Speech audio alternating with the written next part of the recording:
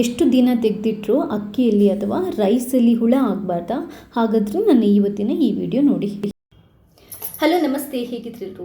ಒಂದು ಸೂಪರ್ ಆಗಿರುವಂಥ ಕಿಚನ್ ಟಿಪ್ಸನ್ನು ನಾನು ಇವತ್ತು ಶೇರ್ ಮಾಡ್ತಾ ಇದ್ದೀನಿ. ಸಾಮಾನ್ಯವಾಗಿ ನಮಗೆ ಅಡುಗೆ ಮನೆಯಲ್ಲಿ ಫಸ್ಟ್ ಬರೋ ಪ್ರಾಬ್ಲಮ್ ಏನು ಅಂತ ಅಂದರೆ ಅಕ್ಕಿಯಲ್ಲಿ ಹುಳ ಆಗೋದು. ನಾವು ಅಂಗಡಿಯಿಂದ ತಂದು ಯಾವುದೇ ಅಕ್ಕಿ ಇರಲಿ ತುಂಬಾ ಬೇಗ ಹುಳ ಆಗುತ್ತೆ. ಬಟ್ ಅಕ್ಕಿಯನ್ನು ಯಾವುದೇ ಪ್ರಿಸರ್ವೇಟಿವ್ ಹಾಕದೆ, ಕೆಮಿಕಲ್ ಹಾಕದೆ, ನ್ಯಾಚುರಲ್ ಇಂಗ್ರೀಡಿಯೆಂಟ್ಸನ್ನು ಹಾಕ್ಕೊಂಡು ಸೂಪರಾಗಿ ಎಷ್ಟು ದಿನ ಬೇಕಾದರೂ ಹುಳ ಆಗದಂತೆ ಇಡ್ಬೋದು. ಆ ಸೀಕ್ರೆಟ್ ಟಿಪ್ಸನ್ನು ನನ್ನ ಇವತ್ತಿನ ವಿಡಿಯೋದಲ್ಲಿ ಹೇಳ್ತಾ ಇದ್ದೀನಿ. ವಿಡಿಯೋನ ಕಂಪ್ಲೀಟಾಗಿ ನೋಡಿ ನಿಮಗೆ ಗೊತ್ತಾಗುತ್ತೆ ಅದು ಏನು ಅಂತ. ವಿಡಿಯೋ ಇಷ್ಟ ಆದರೆ ಲೈಕ್ ಮಾಡಿ, ಶೇರ್ ಮಾಡಿ. ಹಾಗೆ ಇಲ್ಲಿ ತನಕ ನೀವು ಯಾರಾದರೂ ನನ್ನ ಚಾನಲ್ಗೆ ಸಬ್ಸ್ಕ್ರೈಬ್ ಆಗಿಲ್ಲದಿದ್ದರೆ ಸಬ್ಸ್ಕ್ರೈಬ್ ಆಗಿ. ಯಾಕಂತಂದರೆ ನನ್ನ ಮುಂದಿನ ವಿಡಿಯೋದ ನೋಟಿಫಿಕೇಷನ್ ಕೂಡ ನಿಮಗೆ ಡೈರೆಕ್ಟಾಗಿ ಬರುತ್ತೆ, ಬೇಗನೆ ಬರುತ್ತೆ. ಥ್ಯಾಂಕ್ಸ್ ಎಲ್ರಿಗೂ.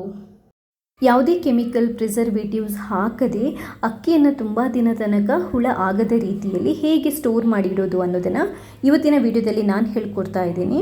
ಮೊದಲು ನಾವು ಏನು ಮಾಡಬೇಕು, ಅಂಗಡಿಯಿಂದ ತರುವಾಗಲೇ ಅಕ್ಕಿಯಲ್ಲಿ ಏನಾದರೂ ಹುಳ ಇದೆಯಾ ಅಂತ ನೀವು ಫಸ್ಟ್ ಅಂಗಡಿಯಲ್ಲೇ ಚೆಕ್ ಮಾಡ್ಕೋಬೇಕು.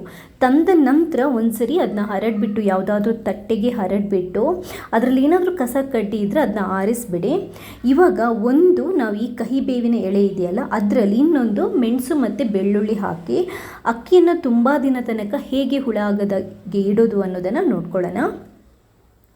ಮೊದಲು ನೀವು ಅಕ್ಕಿಯನ್ನು ಯಾವ ಡಬ್ಬದಲ್ಲಿ ಸ್ಟೋರ್ ಮಾಡ್ತೀರಾ ಆ ಡಬ್ಬನ ತಗೊಂಡು ಕೆಳಗಡೆ ಈ ಥರ ಕಹಿಬೇವಿನ ಎಲೆಯನ್ನು ಹಾಕ್ಕೊಳ್ಳಿ. ಫಸ್ಟ್ ಕಹಿಬೇವಿನ ಎಲೆಯನ್ನು ಒಂದು ಲೇಯರ್ ಹಾಕೊಂಡ ನಂತರ ಅಕ್ಕಿಯನ್ನು ಒಂದು ಲೇಯರ್ ಹಾಕೋಬೇಕು.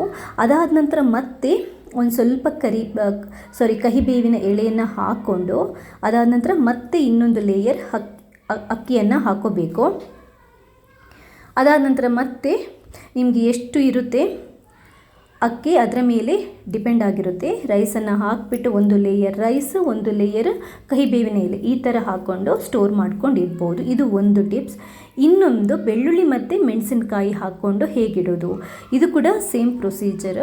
ಫಸ್ಟ್ ಒಂದು ಲೇಯರ್, ಒಂದೆರಡು ಎಸಳು ಬೆಳ್ಳುಳ್ಳಿ, 2-3 ಗುಂಟೂರು ಮೆಣಸಿನಕಾಯಿ ಹಾಕಿ ಅದರ ಮೇಲೆ ಒಂದು ಲೇಯರ್ ರೈಸನ್ನು, ಅಕ್ಕಿಯನ್ನು ಹಾಕೋಬೇಕು. ಅದಾದ ನಂತರ ಮತ್ತೆ ಒಂದೆರಡು ಮೆಣಸಿನಕಾಯಿ, ಒಂದೆರಡು ಎಸಳು ಬೆಳ್ಳುಳ್ಳಿ ಹಾಕಿ ಮತ್ತೆ ಒಂದು ಲೇಯರ್ ಅಕ್ಕಿಯನ್ನು ಹಾಕೋಬೇಕು. ಇದೇ ಥರ ಲೇಯರ್ ಬೈ ಲೇಯರ್ ಹಾಕ್ಕೊಂಡು ನೀವು ಎಷ್ಟಿದೆ ಕ್ವಾಂಟಿಟಿ ಅದರ ಥರ ಹಾಕ್ಕೊಂಡು ಸ್ಟೋರ್ ಮಾಡಿ ಇಡ್ಬೋದು. ಇದೆರಡು ಟ್ರಿಕ್ಸನ್ನು ಯೂಸ್ ಮಾಡಿದರೆ ನೀವು ದೊಡ್ಡ ಡಬ್ಬದಲ್ಲಿ ಸ್ಟೋರ್ ಮಾಡುವಾಗಲೂ ಈ ಥರ ಹಾಕ್ಬೋದು, ಚಿಕ್ಕ ಡಬ್ಬದಲ್ಲೂ ಸ್ಟೋರ್ ಮಾಡುವಾಗ ಈ ಥರ ಹಾಕ್ಕೊಂಡು ಇಡ್ಬೋದು. ಇದನ್ನ ಒಂದು ಡ್ರೈ ಪ್ಲೇಸಲ್ಲಿ ಇಟ್ಟರೆ ಎಷ್ಟು ದಿನ ಇಟ್ಟರು ಇದೆಯಲ್ಲ ಇದರಲ್ಲಿ ಹುಳ ಆಗಲ್ಲ. ಯಾಕಂತಂದರೆ ಕಹಿ ಬೇವಿರ್ಬೋದು, ಬೆಳ್ಳುಳ್ಳಿ ಅಥವಾ ಒಣಮೆಣಸಿನಕಾಯಿ, ಗುಂಟೂರು ಮೆಣಸಾದರೆ ಒಳ್ಳೆಯದು.